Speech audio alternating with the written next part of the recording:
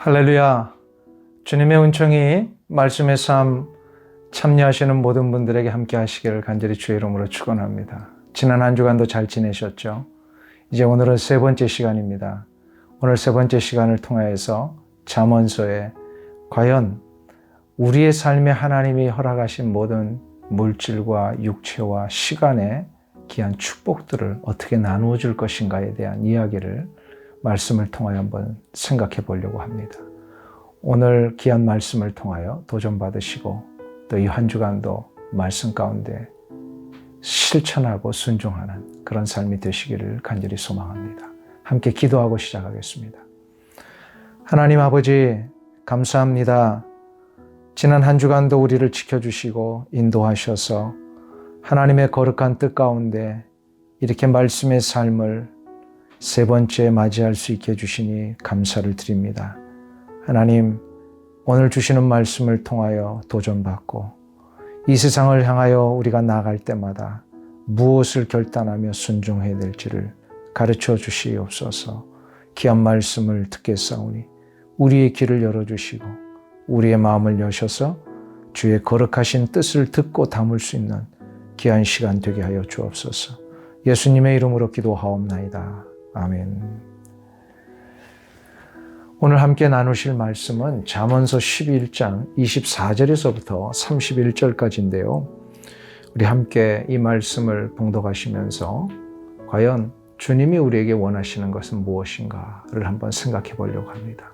잠언 11장 24절에서부터 31절까지입니다. 흩어 구제하여도 더욱 부하게 될 일이 있나니 과도히 아껴도 가난하게 될 뿐이라.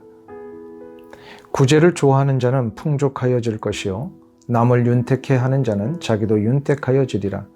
곡식을 내놓지 아니하는 자는 백성에게 저주를 받을 것이나 파는 자는 그의 머리에 복이 임하리라. 선을 간절히 구하는 자는 은총을 얻으리니 악을 더듬는 자에게는 악이 임하리라. 자기의 재물을 의지하는 자는 패망하려니와 의인은 푸른 잎사귀 같아서 번성하리라. 자기 집을 해롭게 하는 자는 소득은 바램이라. 미련한 자는 마음이 지혜로운 자의 종이 되리라. 의인의 열매는 생명나무라. 지혜로운 자는 사람을 얻느니라. 보라, 의인이라도 이 세상에서 보응을 받겠거든 하물며 악인과 죄인이리요. 아멘.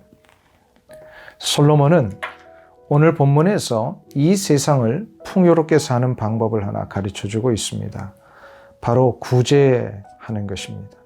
24절과 25절을 다시 보시면 흩어 구제하여도 더욱 부하게 되는 일이 있나니 과도히 아껴도 가난하게 될 뿐이니라.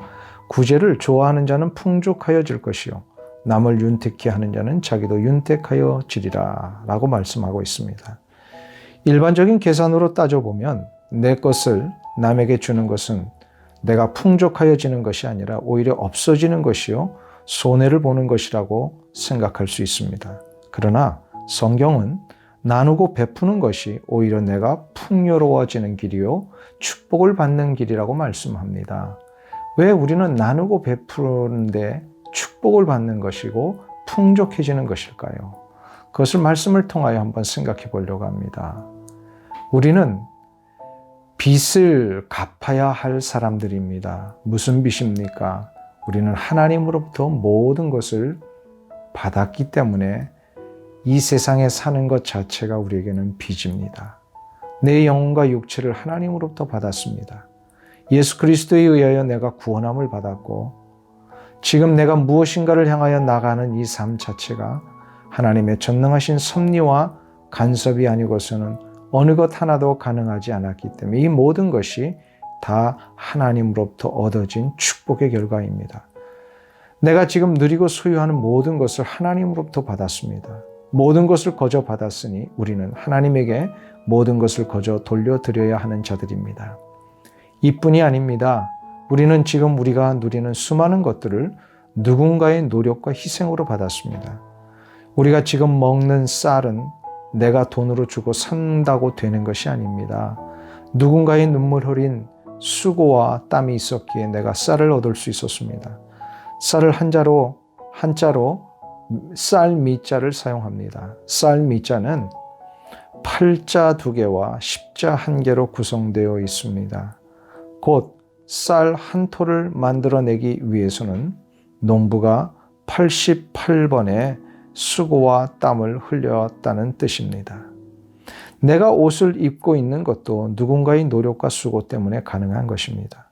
내가 타고 다니는 자동차도 내가 돈이 있다고 얻어지는 것이 아니라 철을 만들고 기계를 만들며 이것을 조립하고 완성시킨 누군가가 있었기 때문에 내가 그 혜택을 누리는 것입니다. 오늘날 나 한 사람이 이 세상의 엄연한 인격체로 세상의 것을 누리고 살기 위해서는 전능하신 하나님의 창조와 구원하심과 사랑의 돌봄이 계셨기 때문이며 이 세상에 수많은 사람들의 도움이 있었기 때문입니다. 그러므로 우리는 이 세상을 사는 동안에 빚진 자의 마음을 가져야 합니다. 그래서 사도 바울은 로마서 1장 14절에서 이렇게 고백합니다. 헬라인이나 야만인이나 지혜 있는 자나 어리석은 자에게 다 내가 빚진 자라. 그리고 로마서 13장 8절에서도 이렇게 말씀합니다. 피차 사랑의 빚 외에는 아무에게도 아무 빚도 지지 말라. 이 말씀은 바로 빚을 갚으라는 뜻입니다. 그런 의미에서 우리는 진 빚을 갚아야 합니다. 물론 하나님에게로 온 은혜와 축복의 빚을 우리가 다 갚는다는 것은 불가능합니다.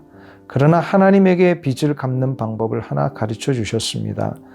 그것이 바로 하나님을 바르게 섬기며 예배하며 하나님이 기뻐하시는 일을 하는 것입니다. 그리고 그 사랑과 은혜의 역사를 알지 못하는 수많은 자들에게 이 사랑의 빚을 전하는 것입니다. 이것이 바로 사랑의 빚을 갚는 것인데 이것은 크게 2가지로 나눌 수 있습니다. 바로 복음의 선포와 구제입니다. 복음의 선포는 바로 하나님의 사랑과 은혜와 구원의 역사를 나만 가지고 있지 말고 다른 이에게도 나누어 주는 것을 말합니다. 구제라는 것은 구원의 역사를 위해서 필요한 물질을 나누어 주는 것을 말합니다. 그러므로 그리스도인들에게 있어서 구제는 언제나 복음의 역사를 위한 구제입니다. 그냥 나누어 주는 것이 아닙니다. 이런 차원에서 우리는 우리의 가진 것을 기꺼이 나누어야 합니다. 나누기 위해 제일로 먼저 하는 것이 바로 헌금입니다. 내가 가진 모든 것이 다 하나님이 주신 것이기에 이것을 내가 인정하며 감사함으로 드립니다. 이렇게 하는 것이 바로 11조요 감사 헌금입니다. 헌금은 바로 나의 신앙의 고백입니다. 진정으로 내가 빚진 것이 있다면, 그래서 하나님으로부터 내가 받은 것을 이제 하나님이 주신 것임을 인정하며 그것을 드리는 것, 이것이 바로 헌금입니다. 물질이 있는 곳에 내 마음이 있다고 하신 뜻은 바로 물질을 하나님에게 드릴 때에만 그 마음의 고백을 진짜로 받으시겠다라는 것입니다. 그런 의미에서 우리는 헌금 생활을 철저히 해야 합니다. 이것이 되면 우리는 우리의 것을 다른 이에게 나눠줄 수 있습니다. 또한 우리가 결코 우리 스스로 이 자리에 설 수 없는 자임을 인정한다면, 그래서 내가 여기 있기까지 다른 많은 이들의 희생과 수고 때문에 있다는 것을 안다면 우리는 기쁨으로 우리의 것을 나누고 베풀어야 합니다. 그 중에 하나가 바로 우리 교단의 미니스트리 쉐어입니다. 우리 교회는 교단의 일정한 금액을 사역 분담금으로 보냅니다. 이것을 보내는 이유는 지금 우리가 교회가 이렇게 사역하기까지 이전에 수많은 미국 교회들의 수고가 있었기 때문입니다. 그래서 저들의 수고에 대한 보답으로 아직 우리의 섬김을 통해 자라야 하고 성장해야 할 연약한 교회들을 위해서 사역 분담금을 보내는 것입니다. 우리가 일을 한 후에 그것에 대한 월급이나 주급을 받고 나서 거기에 대한 텍스를 떼는 문제도 마찬가지입니다. 지금 우리가 이민자로 이렇게 살 수 있게 된 것, 미국 와서 알게 모르게 내가 누리게 된 것, 우리의 자녀들이 돈 한 푼 들이지 않고 초등학교, 중학교, 고등학교를 졸업하게 된 것, 이것이 다 미국의 사회와 이전의 수많은 미국 사람들의 세금 때문에 이루어진 것이기에 우리도 이제는 그 보답을 해야 합니다. 빚을 갚는다는 뜻입니다. 우리 그리스도인들은 철저하게 그래서 세금을 내야 합니다. 절대로 세금을 속이지 말고 우리가 할 수 있는 한 최선을 다하여 우리의 모든 빚진 것을 갚아야 합니다. 오래전에 우리 오렌지 카운티 한인교회에 사역자로 섬기셨던 한 목사님의 막내 아들이 7개월 만에 태어났습니다. 그래서 그 아이가 3개월을 인큐베이터에 살았습니다. 나중에 병원에 빌이 날라왔는데 무려 12만 불인가가 나왔다고 합니다.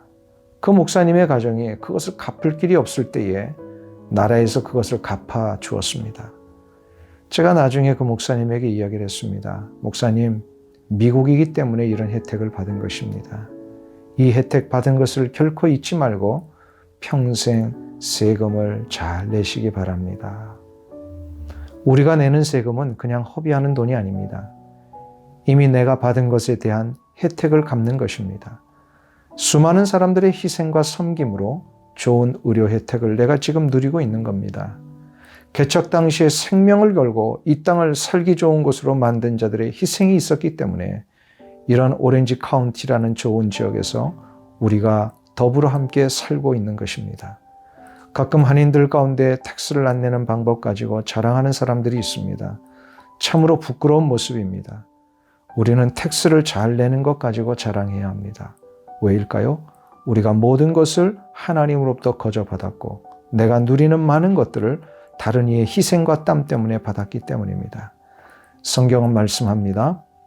구제를 좋아하는 자는 풍족하여질 것이요 남을 윤택해 하는 자는 자기도 윤택하여지리라. 이것이 하나님 나라의 원리입니다. 나누며 베풀 때에 함께 풍족하여지고 윤택하여집니다. 사랑하는 말씀의 삶 참여하시는 모든 분들, 이 귀한 말씀을 가슴에 새기시면서 이 한 주간도 살아가실 때에 여러분들이 땀 흘려 일하신 모든 일한 것에 대한 대가를 받고서는 거기에 응당한 텍스를 나라에 내시는 것, 이건 그리스도인들의 마땅히 해야 할 일입니다. 그리고 이것을 우리의 자녀들에게 가르쳐 주셔서 이 땅에 허락하신 모든 것이 하나님으로부터 온 것이기에 하나님을 위하여 쓰며 주의 몸된 교회의 영적 공동체를 위하여 이 헌금이 드려지고 또 내가 낸 세금이 이 미국을 위하여 쓰여질 수 있는 이 놀라운 은혜의 역사를 자랑스러워하게끔 가르치시고 물려주시는 그런 은혜가 있기를 주의 이름으로 축원합니다. 이 한 주간도 승리하시고요. 오늘 주신 이 말씀을 가지고 잘 적용하며 살아가시기를 주님의 이름으로 축원합니다.